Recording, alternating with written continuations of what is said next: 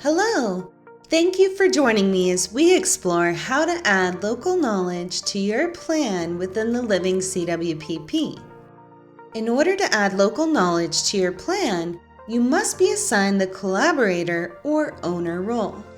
Once you are signed in and have selected View for the plan you want to add local knowledge for, select Local Knowledge from the menu here on the left. In the About Mapping Local Knowledge section, we have some information to assist us as we get started.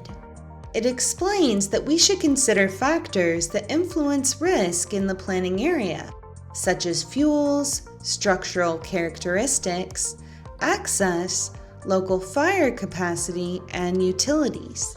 This step is intended to be collaborative, so if you are the owner of the CWPP, be sure to invite collaborators to assist with adding local knowledge.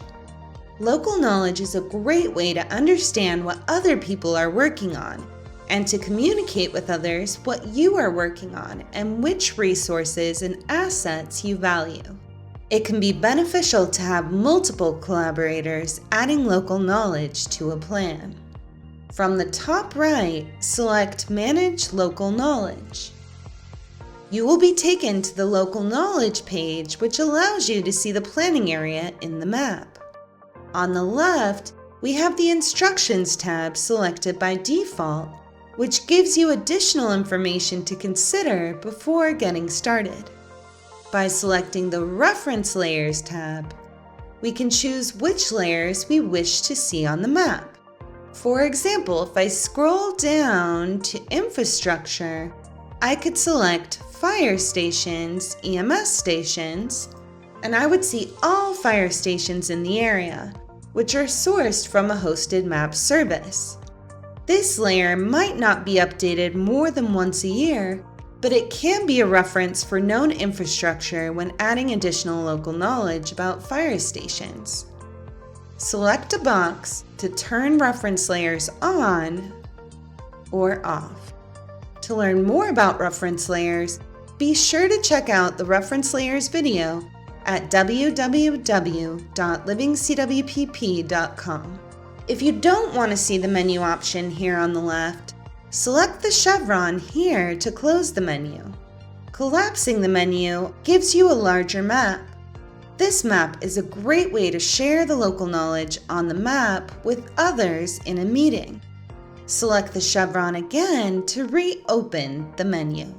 From the map search located here, you can search for an address within your planning area by default. We can change the option from the drop-down to All, which will show the entire United States, ArcGIS World Geocoding Service to search the World Geocoding Service, or we can search within the planning area boundary.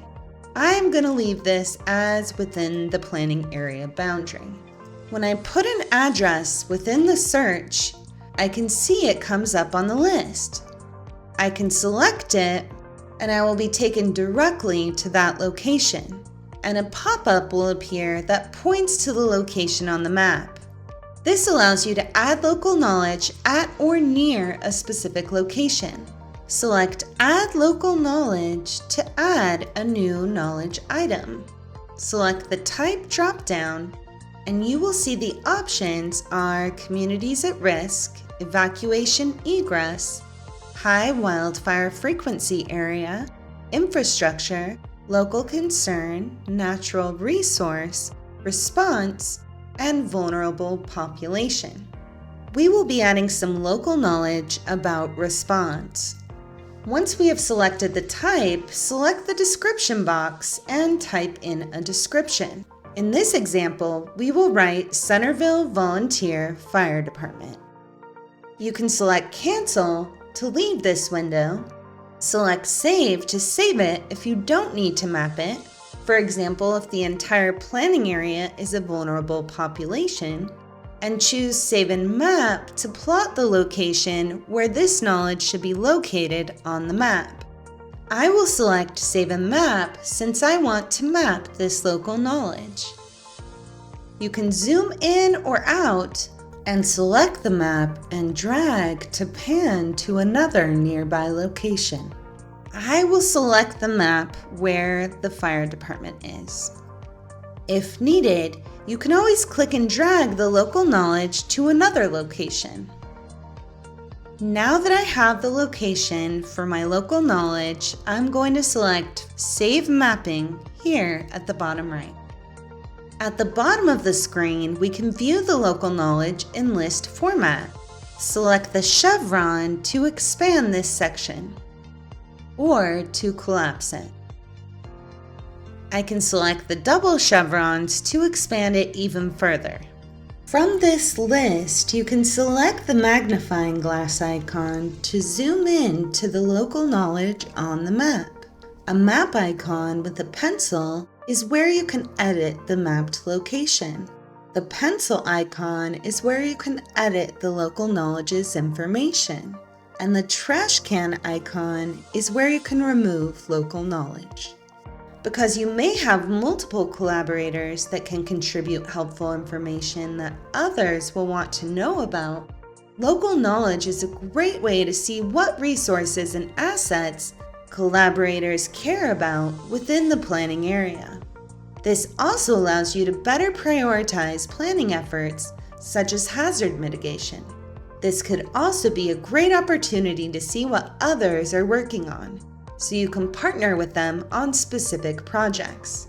Once you are done adding all your local knowledge, select Save and Return at the top right to get back to the main menu for the Living CWPP.